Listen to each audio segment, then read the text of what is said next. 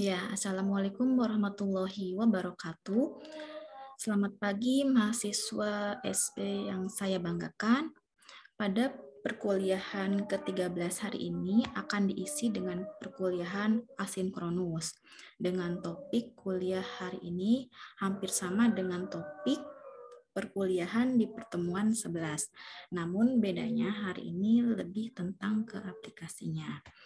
Ya, topik hari ini yaitu optimasi dengan linear programming.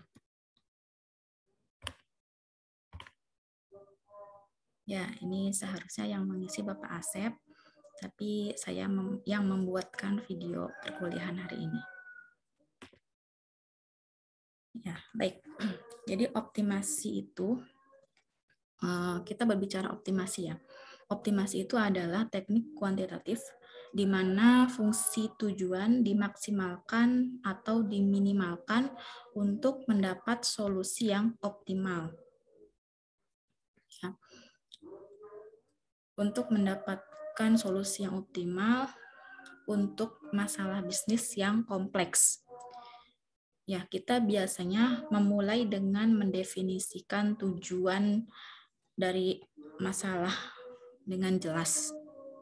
Misalnya, tujuannya mungkin untuk memaksimalkan keuntungan atau meminimalkan biaya. Ya. Yang tertuju pada kendala sumber daya misalkan seperti jumlah bahan persediaan, sumber daya keuangan yang misalkan jumlah persediaan yang terbatas atau sumber keuangan yang terbatas atau jumlah waktu yang terbatas. Nah, pada pemrograman linear atau linear programming ini, bagian dari teknik optimasi adalah salah satu cara yang paling sederhana untuk melakukan optimasi dengan membuat beberapa asumsi penyederhanaan seperti hubungan linear antar variabel yang relevan. Ini membantu dalam memecahkan beberapa masalah optimasi yang sangat kompleks.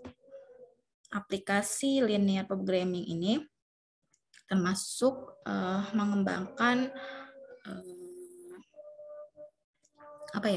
campuran pilihan investasi keuangan, memilih kombinasi produk untuk diproduksi, dan meminimalkan biaya pengiriman untuk produk dan paket pengiriman. Ini contoh aplikasinya. Nah, kemudian di sini dalam perjalanan hidup kita seringkali dihadapkan dengan berbagai masalah situasi, berbagai macam situasi. Salah satunya adalah situasi yang menuntut hasil atau target tertentu. Misalnya, seorang mahasiswa dituntut untuk dapat mengerjakan tugas dalam bentuk makalah dalam deadline waktu 1 minggu, misalkan. Atau staf pemasaran suatu perusahaan yang diharuskan untuk memenuhi target penyaluran kredit dari perusahaannya. Atau seorang produser film yang dituntut untuk membuat film dengan budget yang terbatas. Pada dasarnya, semua orang dalam situasi tersebut mempunyai satu tujuan atau objektif, yaitu mencapai titik optimasi, titik optimal, sehingga dicapai manfaat tertinggi dari situasi tersebut. Optimasi itu sendiri dapat berbentuk maksimasi dan minimasi. Ya. Misalnya, seorang mahasiswa yang ingin memaksimalkan nilai mereka, atau pegawai bank yang ingin memaksimalkan penyaluran kreditnya, atau seorang produser film yang ingin meminimalkan biaya produksinya. Lalu, berapakah ukuran optimal tersebut? Nah, ukuran optimal tentu saja relatif terhadap kendala yang dihadapi. Dalam setiap situasi, misalnya, mahasiswa yang ingin mendapatkan nilai A untuk tugasnya, dia mempunyai kendala berupa waktu yang terbatas. Sehingga nilai optimalnya akan berbeda ketika harus mengerjakan tugas dalam deadline waktu 1 hari atau 3 hari atau seminggu. Ya. Atau seorang produser film harus mengerjakan filmnya dengan budget misalkan 10 juta dibandingkan dengan budget 1 miliar. Tentu hasilnya akan berbeda. Jadi, dapat kita simpulkan bahwa nilai optimum akan berbeda-beda tergantung dari kendala yang dihadapi. Kemudian, apa itu optimasi? Ya, optimasi itu adalah suatu cara menemukan solusi yang optimal dengan mengakomodasi kendala-kendala yang ditemui dalam permasalahan. Saya tekankan di sini, kata kuncinya adalah menemukan solusi optimal dan mengakomodasi kendala-kendala. Lalu bagaimana caranya mengukur optimasi? Ada banyak metode yang dapat digunakan untuk mengukur optimasi. Salah satu yang paling mudah dan populer adalah dengan menggunakan metode linear programming. Jadi linear programming ini adalah suatu pemodelan matematis yang digunakan untuk menemukan solusi optimal dari suatu masalah. Penerapannya dalam kehidupan sehari-hari banyak sekali, apalagi dalam kegiatan bisnis. Misalnya dalam menentukan bauran produk, ya, seperti berapa produk A dan produk B yang harus diproduksi agar penjualannya maksimal. Atau pemilihan portofolio saham oleh investor agar resiko total dari portofolionya minimal. Atau pemilihan media promosi produk oleh bagian marketing.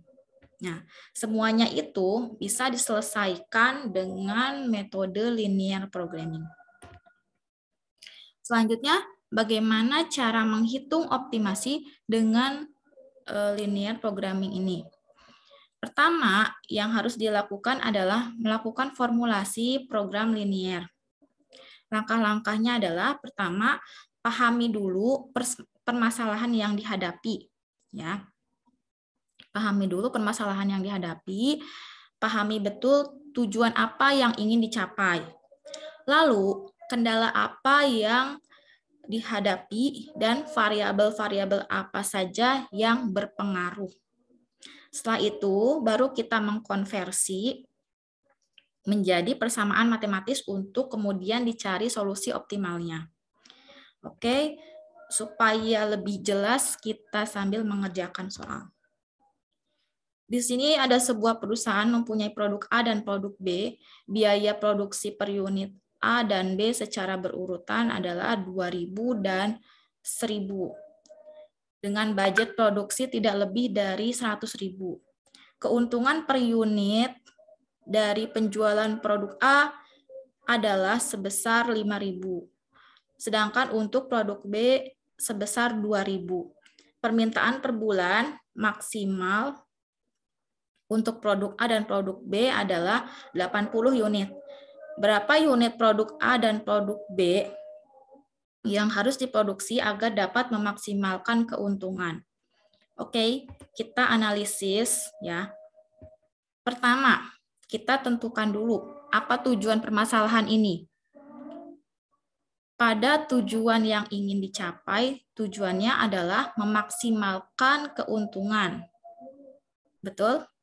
Ya. Variabel-variabel apa saja yang berpengaruh untuk memaksimalkan keuntungan ini? Di sini ada 2 variabel yang teridentifikasi, yaitu produk A dan produk B. Betul?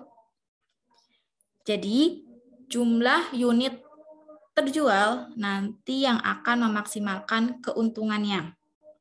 Kemudian kendalanya apa? Kendalanya adalah pertama, budget produksinya di situ tidak lebih dari 100.000 ya. Kemudian kendala yang kedua adalah permintaan per bulannya yang maksimal untuk produk A dan produk B adalah 80 unit. Nah, jadi kita bisa membuatnya dalam dalam tabel seperti ini untuk mempermudah. Kemudian dapat kita formulasikan ke dalam bentuk otomatis ya selanjutnya, misalkan dengan menggunakan solver dan lain-lain. Pertama, kita asumsikan dahulu untuk jumlah unit A adalah X dan jumlah unit B adalah Y. Kemudian kita formulasikan dalam bentuk matematis. Ya. Dalam bentuk matematis, pertama adalah kita tentukan dahulu fungsi tujuannya. Fungsi tujuannya adalah memaksimalkan keuntungan ya, betul? Jadi Z-nya maksimal sama dengan 5.000X ditambah 2.000Y. 5.000 dan 2.000 ini adalah koefisien yang menunjukkan profit per unit produk A. Ya. Profit per unit produk A. Oke. Profit per unit produk A dan produk B. Nah, jadi keuntungan akan maksimal ketika profit per unit untuk produk A dikali dengan profit per unit produk B. Ya. Kemudian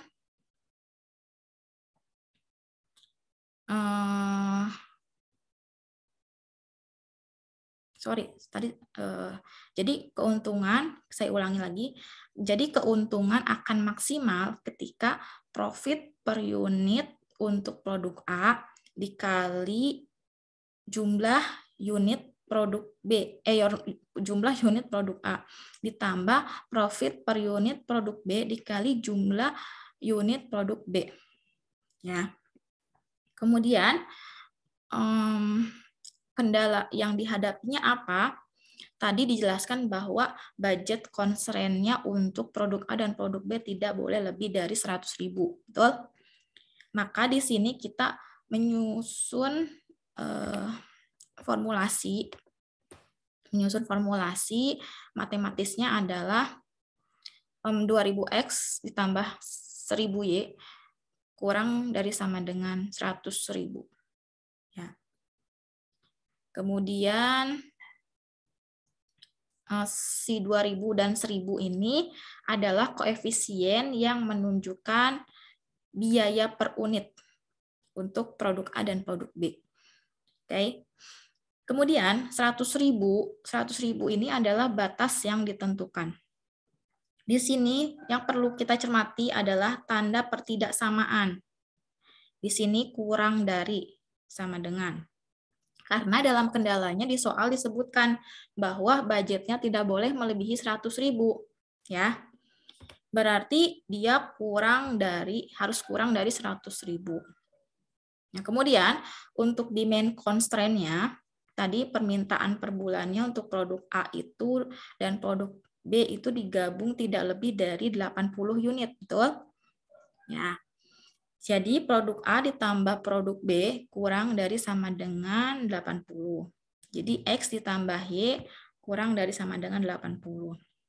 Kemudian constraint yang ketiga adalah non-negative constraint, di mana X lebih dari sama dengan 0 dan Y lebih dari sama dengan 0.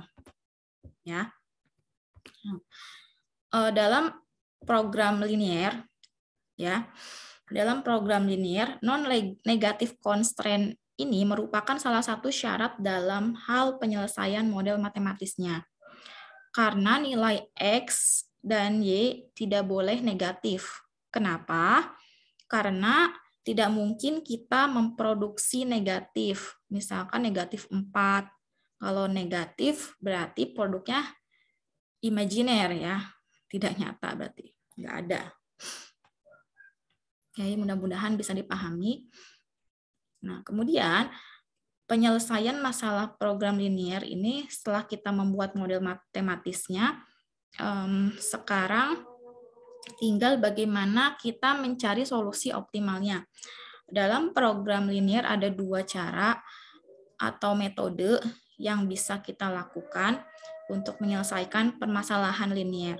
Pertama adalah metode grafik, yang kedua adalah metode simplex. Ya, penggunaan dari kedua metode ini tergantung dari jumlah variabel. Ya, tergantung dari jumlah variabel yang terdapat dalam persamaan matematisnya.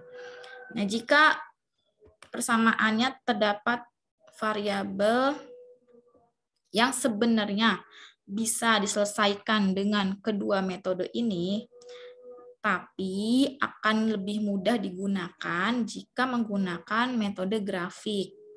Kemudian, jika variabelnya lebih dari 2 atau 3, misalnya 2 ke atas, 3, 4, 5, dan seterusnya, kita baiknya atau disarankan diselesaikan dengan metode simplex. Karena jika variabelnya berjumlah 3 dan seterusnya gitu, kita menyelesaikan dengan metode grafik itu, jadi kita harus menggambarnya ada 3 sumbu yang mewakili 3 variabel. Ya, jadi kita harus menggambar 3 dimensi, di mana itu tidak mudah. Ya, jadi alasannya seperti itu. Pada pertemuan kali ini kita akan fokus dulu untuk mempelajari bagaimana menyelesaikan masalah program linear dengan metode grafik ya. Untuk yang mudah dulu saja, yang penting kalian paham betul cara menyelesaikan permasalahan dengan metode linear programming ini. Pertama, tentukan dulu titik potong dari masing-masing fungsi kendala ya. Titik potong dari masing-masing fungsi kendala. Caranya dengan melakukan trial and error ke fungsi kendalanya. Jadi kita masukkan nilai X dan nilai Y-nya. Ya, kita samakan dulu, yang termudah adalah kita samakan dengan 0. Atau kita asumsikan dengan 0. Untuk memperoleh titik potong dengan sumbu X dan Y-nya. Misalkan pada kendala pertama, kita misalkan X-nya sama dengan 0, ya. Kemudian si X-nya sama dengan 0 di sini, maka Y-nya jika X-nya 0, maka Y-nya adalah 100. Ya. Di sini. Kemudian kita misalkan lagi Y-nya sama dengan 0. Ya, Y-nya sama dengan 0. Berarti si X-nya sama dengan 50. Ya. Jika kita memperoleh 2 titik potong, jadi kita memperoleh, 2 titik potong. Untuk titik potong X koordinatnya 5, 0. Ya, untuk titik Y 0,100. Kita plotkan, kemudian kita tarik garis lurus. Ya. Nih, tarik garis lurus.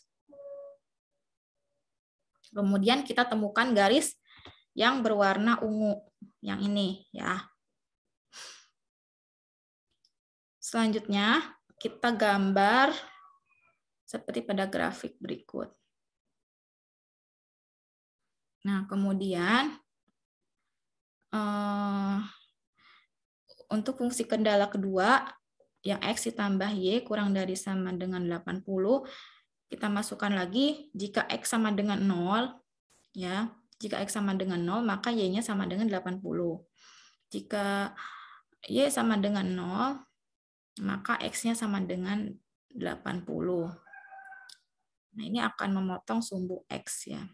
Kemudian kita gambar lagi seperti pada grafik berikut, dia akan berwarna hijau, 80 dan 80. Nah, kemudian dari kedua gambar ini kita dapat lihat di sini terdapat pepotongan di titik B. Betul? Nah, jadi daerah O, A, B, dan C ini disebut dengan visible region, yaitu daerah solusi optimal di mana semua kendala sudah terpenuhi. Seperti itu. Jadi nantinya solusi optimal ini akan berada di dalam area O, A, B, dan C. Ya. Jadi kombinasinya di situ adalah kombinasi solusi optimal dari penyelesaian program linear tersebut. Berarti kalau semua kombinasinya ada di situ, berarti kombinasinya jumlahnya akan banyak sekali ya. Ya. Lalu bagaimana cara kita menentukan kombinasi produk A dan B yang optimal atau yang memberikan profit yang maksimal? Di sini ada dua cara yang bisa kita gunakan. Pertama, dengan menggambar fungsi tujuan, kemudian menggesernya sampai mendekati titik batas terluar dari visible region.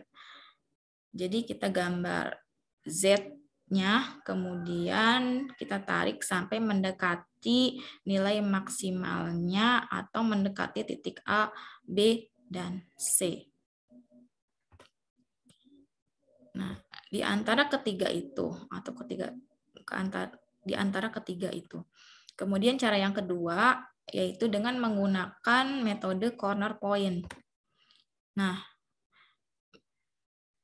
metode corner point ini yaitu dengan menghitung nilai Z pada titik-titik sudut terluar dari visible region. Seperti pada tabel berikut. Nah, di sini sudutnya tadi kita ketahui titik O, A, B, dan C. Untuk koordinatnya, O ini di titik 0,0, kemudian A koordinatnya di 0,80.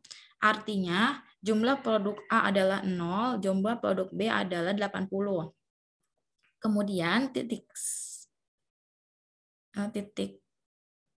B ini ada titik B kita hidden dulu ya di sini. Ini asumsinya tidak ada, ini yang kita cari. Nah, kemudian titik C ini koordinatnya 50,0, jadi produk A adalah 50, produk B adalah 0. Nah, yang belum kita ketahui tadi perpotongan di titik B-nya yang akan kita cari sekarang. Nah, untuk mencari perpotongan di titik B, kita dapat temukan dengan metode eliminasi dan substitusi. Mungkin kalian sudah familiar dulu zaman SMA juga sudah pernah ya. Nah, kita dari metode eliminasi dan substitusi ini kita temukan X dan Y. Di sini X-nya 20 dan Y-nya 60. Kemudian setelah itu ketemu semua titiknya, kita masukkan ke dalam fungsi Z maksimalnya. Jadi 5.000 di X ditambah 2.000 Y. Pertama, di titik O, kita masukkan 5.000 dikali 0 ditambah 5.000 dikali 2.000 dikali 0 sama dengan 0. Kemudian, ini 5.000 ya, sorry saya typo. Yang titik A, di sini 5.000 dikali 0 ditambah 2.000 dikali 80 sama dengan 160.000. Kemudian tadi di titik B kita sudah temukan 5.000 dikali 20 ditambah 2.000 dikali 60 sama dengan 220.000. Ini juga kurang 0, maaf ya.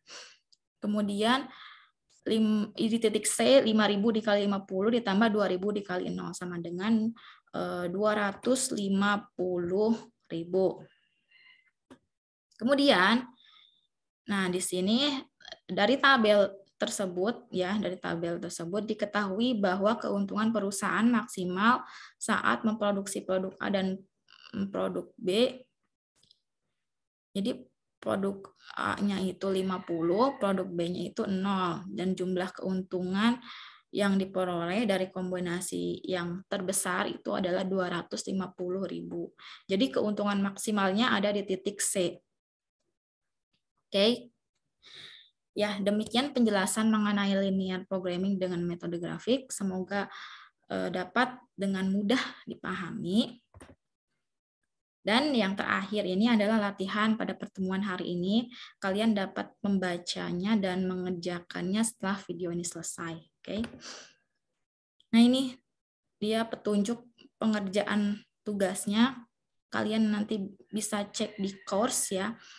Jika ada yang ingin ditanyakan, silahkan tulis di di forum diskusi di course ya. Dan untuk latihannya ini dikumpulkan di email Pak Asep ya. Oke, terima kasih atas perhatiannya. Akhir kata dari saya, billahi taufik wal hidayah. Wassalamualaikum warahmatullahi wabarakatuh.